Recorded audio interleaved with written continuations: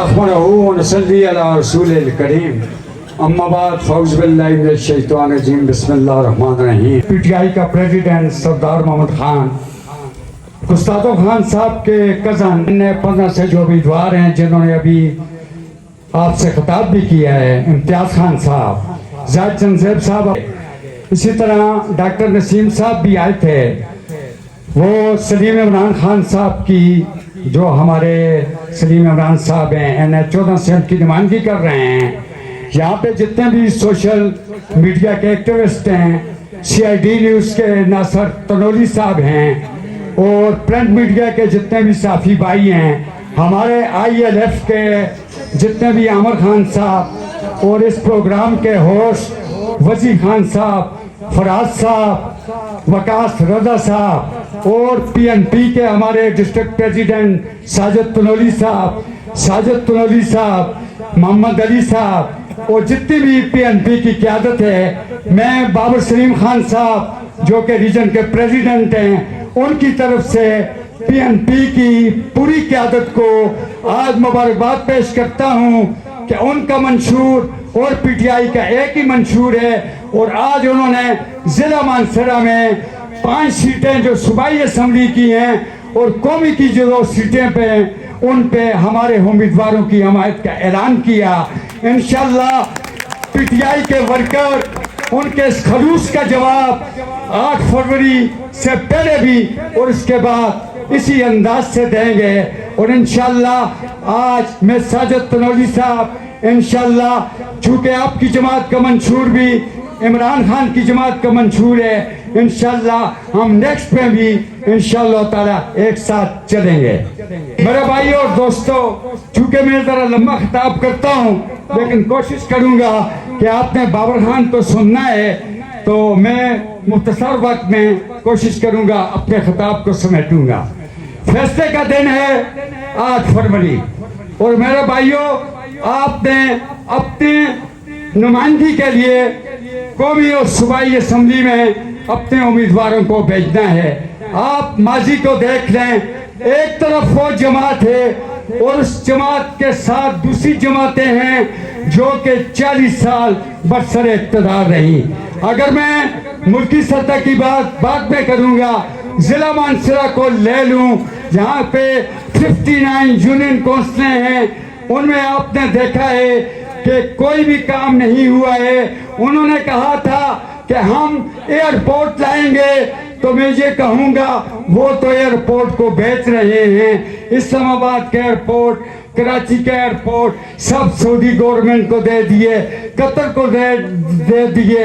اور اب نئے نعرے کے ساتھ ایک پنجاب کو یاسین راشد سے بھاگ رہا ہے، صنم جاوید سے بھاگ رہا ہے اور اس نے کہا کہ وہ امپورٹڈ ہمارے امیدوار جو ہے وہ مانسہرہ NH15 پہ آ گیا ہے نواز شریف صاحب کے مقابلے میں.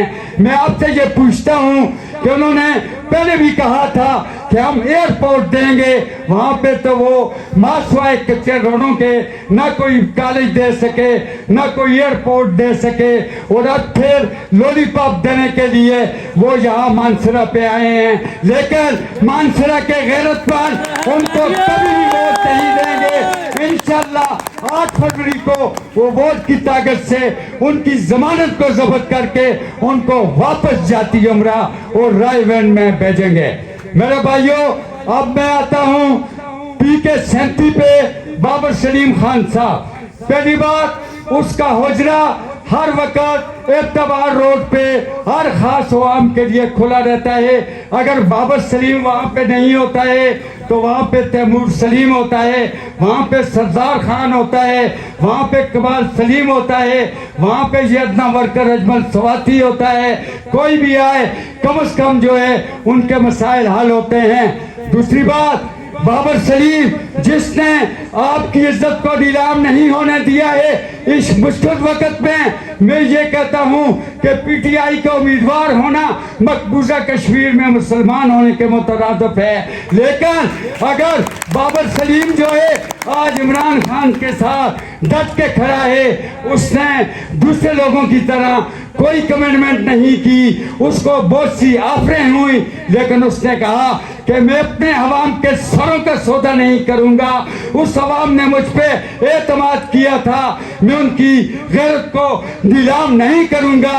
اور آج مشکل حالات میں بھی بابر سلیم جو ہے وہ عمران خان کے ساتھ کھڑا ہے۔ اور میرے بھائیوں، آپ اس جلسہ میں مجھے بتائیں کہ 8 فروری کو ایک طرف وہ لوگ تھے جنہوں نے ان سامراج کے ساتھ دیا، اور دوسری طرف بابر خان جو ہے وہ عمران خان کے ساتھ ڈٹ کے کھڑا ہے۔ اور جہاں تک کارکردگی کی بات ہے تو میرے بھائیوں، میں ان کو یہ مناظرے کے چیلنج دیتا ہوں، ان کو کہتا ہوں کہ جناب سردار ظہور صاحب، آپ نے بھی 5 سال اسمبلی میں لگائے تھے، لیکن وہاں پہ تو جا کے آپ سوئے رہے۔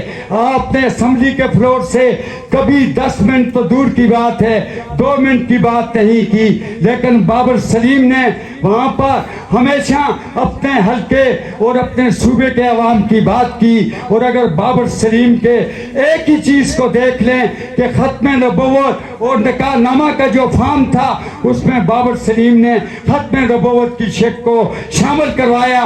اس کے بعد مانسرہ شہر میں اور اپنے پی کے 37 میں بابر سلیم نے جتنے کام کروائے، شاید سردار یوسف صاحب اور سردار ظہور صاحب 30 سالوں میں بھی اتنے کام نہیں کروا سکے۔ اور بابر خان کو تو صرف 4 سال ملے اور ان لوگوں کو تو 40 سال ملے ہیں۔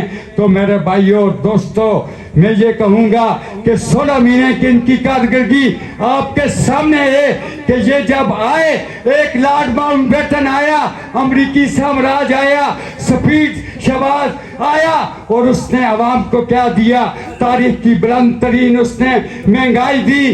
لیکن جس وقت 18 ماہ گزر گئے تو اپنے کیس ختم کروا کر کے چلے گئے۔ تو میرے بھائیوں، آخر میں عمران خان کے حوالے سے میں یہ بات کروں گا کہ ایک تھا بہادر شاہ ظفر جس نے سامراج کی غلامی کو قبول کیا، دوسری طرف تھا ٹیپو سلطان جس نے دیکھا کہ ایک طرف مراٹھوں کی فوج ہے، دوسری طرف انگریزوں کی فوج ہے، لیکن ٹیپو سلطان تھا، اس نے کہا عمران خان کی طرح کہ میں غلامی کو قبول نہیں کروں گا۔